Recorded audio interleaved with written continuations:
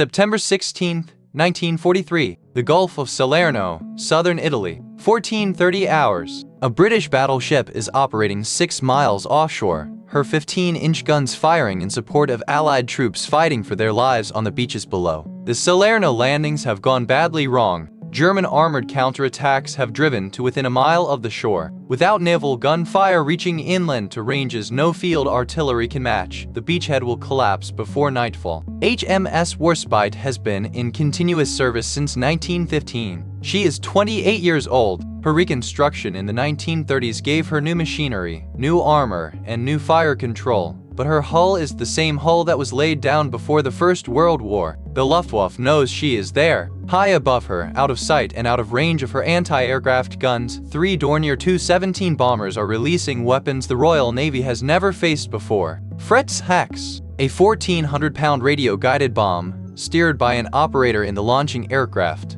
falling at terminal velocity toward a moving target 6 miles below. 3 bombs, 3 guided strikes on a single ship. In the next 4 minutes, HMS Warship will absorb all 3, flood to within inches of capsizing, lose all power, and settle 5 feet lower in the water with her keel resting on the harbor bottom at Salerno anchorage. She will survive. She will be repaired. She will fight again. This is how the most damaged battleship in Royal Navy history refused to die, and what that refusal cost the men who kept her alive. The strategic situation that put Warship in the Gulf of Salerno on the 16th of September had been building since the Allied decision in the spring of 1943 to follow the North African campaign with an invasion of the Italian mainland. Operation Avalanche, the landing at Salerno on the 9th of September, was intended to cut off German forces in southern Italy and capture Naples, the largest port on the Italian west coast, quickly enough to prevent German reinforcement of the defensive line. It did not go as planned.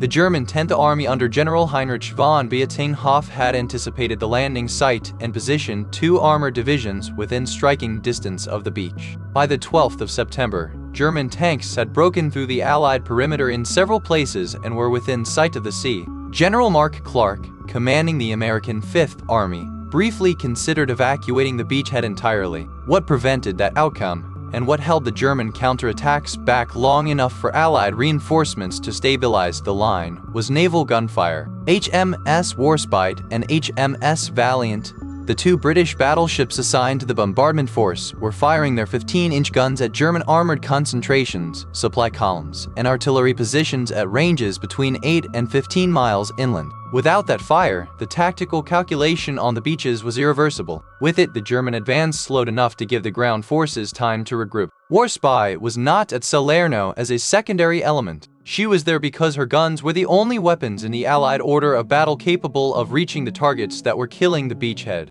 To understand why what happened on the 16th of September should have ended Warship's operational career permanently, you have to understand what Fritz X actually was and why the Royal Navy had no effective counter to it in September 1943. Fritz X was a PC 1,400 kilogram armor-piercing bomb fitted with a radio control unit that allowed the bomb aimer in the launching aircraft to steer it by moving 4 small wings on the bomb's body after release. The launching aircraft flew at altitudes between 14,000 and 18,000 feet, well above the effective ceiling of shipborne anti-aircraft guns of the period. The bomb aimer tracked the bomb visually using a flare in its tail and transmitted course corrections by radio until impact. At terminal velocity, the bomb struck with the kinetic energy of a weapon weighing over 1,400 pounds falling from 18,000 feet, sufficient to penetrate the armor deck of a battleship before detonating. The Royal Navy's anti-aircraft systems in September 1943,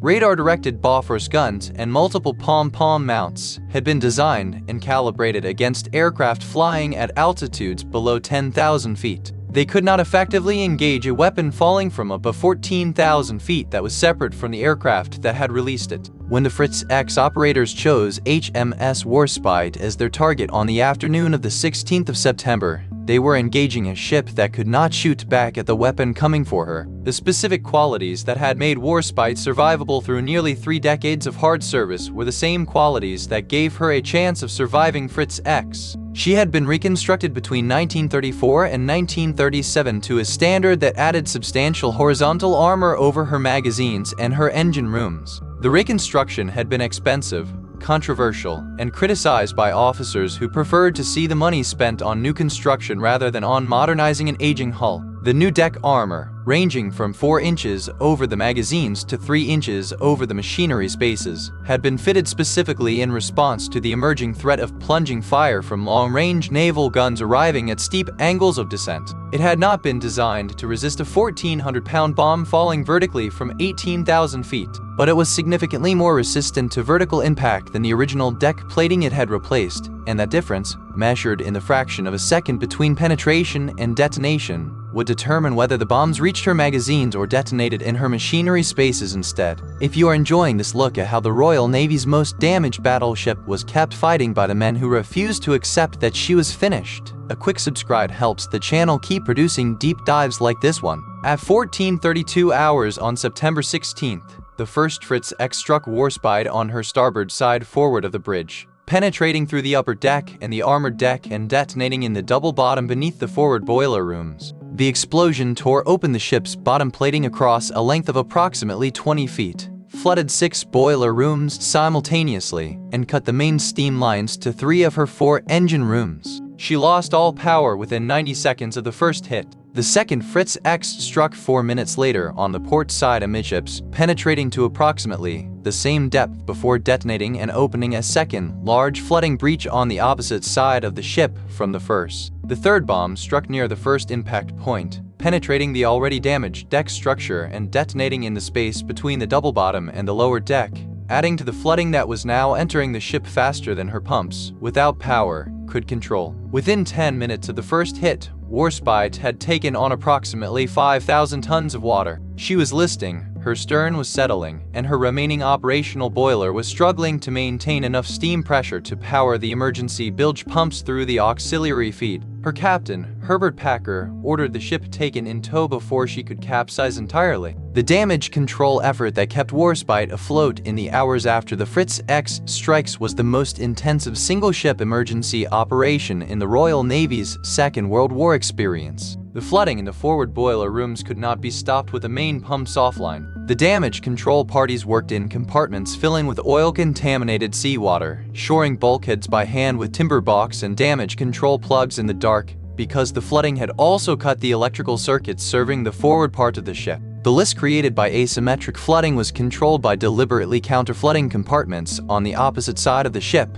accepting additional weight in exchange for restoring enough stability to prevent capsize. The towing arrangements were rigged by crews working on a forecastle that was already partially awash, attaching towing pendants to a ship whose bows were several feet lower into water than they had been an hour earlier. 2 tugs took Warship in tow at less than 3 knots and moved her to the shallow water anchorage, where she settled onto the bottom with her upper works still above the surface and her crew still fighting to limit the flooding. The ship that had been firing her 15-inch guns at German armor 2 hours earlier was sitting on the bottom of Salerno Bay with 5,000 tons of water in her hull and no operational machinery. She was not sunk. She was not finished. But nothing the damage control parties could do at Salerno was going to make her mobile again without a major dockyard. The logistical challenge of moving a disabled battleship from the Gulf of Salerno to a facility capable of repairing her defined the next phase of Warship's story.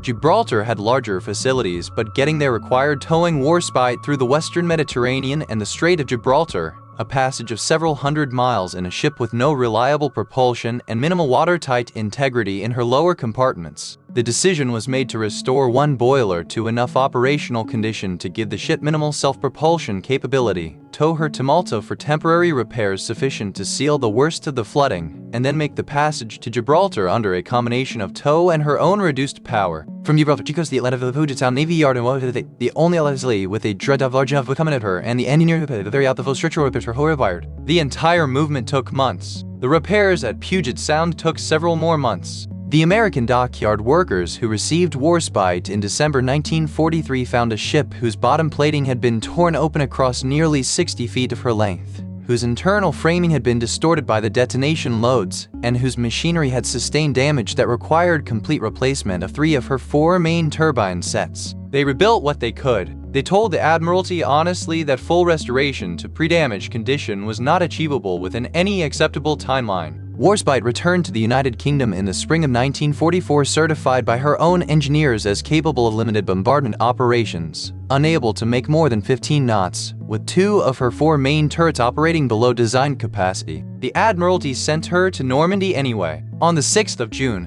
1944, HMS Warship lay at anchor off Sword Beach, her 15-inch guns opening fire on the German battery at Villers at 05:56 hours. She fired 341 15-inch shells that day in support of the landing, more than any other capital ship present. She struck a mine on the 10th of June while still supporting the beachhead and sustained damage that required another dockyard period. She was repaired again. She bombarded German positions in the Scheldt estuary in the autumn of 1944. She was finally decommissioned in February 1945 and broken up at Inverkeithing in 1950. During the breaking process, in a final expression of the stubbornness that had characterized her entire career, she broke her toe in a storm in the Firth of Forth and grounded on a shoal, requiring additional salvage work before the breakers could complete their task. She had been fighting the sea and the enemy for 30 years, and she was not entirely willing to stop. The strategic consequence of Warship's survival at Salerno extended beyond her own subsequent operations. The Fritz X attack had demonstrated for the first time that guided weapons could hit moving ships at sea with sufficient accuracy to threaten even armored capital ships from altitudes no anti-aircraft gun could reach.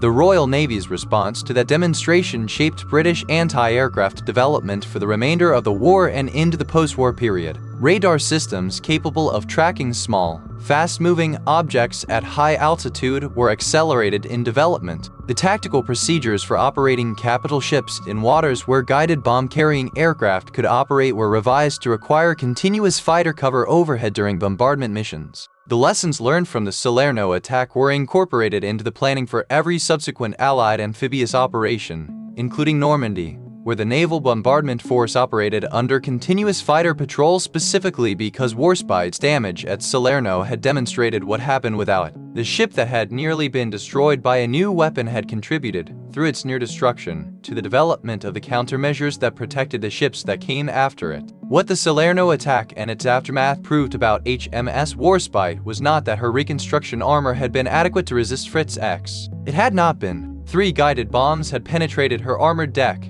detonated inside her hull, and flooded her to within a few feet of capsizing. The reconstruction that critics had called expensive and wasteful had not saved her from the strikes. What had saved her was the structural integrity of a hull built to warship standards rather than merchant ship standards, a hull whose internal compartmentalization had limited the flooding enough to give the damage control parties time to work, and an armored deck that had slowed the bombs enough to ensure they detonated in her machinery spaces rather than in her magazines. A magazine detonation at Salerno would have ended Warship the way magazine detonations had ended HMS Hood at the Denmark Strait and HMS Indefatigable and HMS Queen Mary at Jutland. The armor had not stopped the bombs. It had directed where they went after they penetrated. That distinction, measured in the difference between controlled flooding and catastrophic detonation, was the difference between a ship that could be repaired and a ship that could not. The critics who had questioned the reconstruction costs in the 1930s had been measuring money. The Fritz X operators over the Gulf of Salerno on the 16th of September, 1943, had measured something else entirely. They had hit the most armored parts of the most experienced battleship in the Royal Navy with 3 of the most effective guided weapons then in existence, and the ship had refused to sink. The patching up that followed was expensive, slow,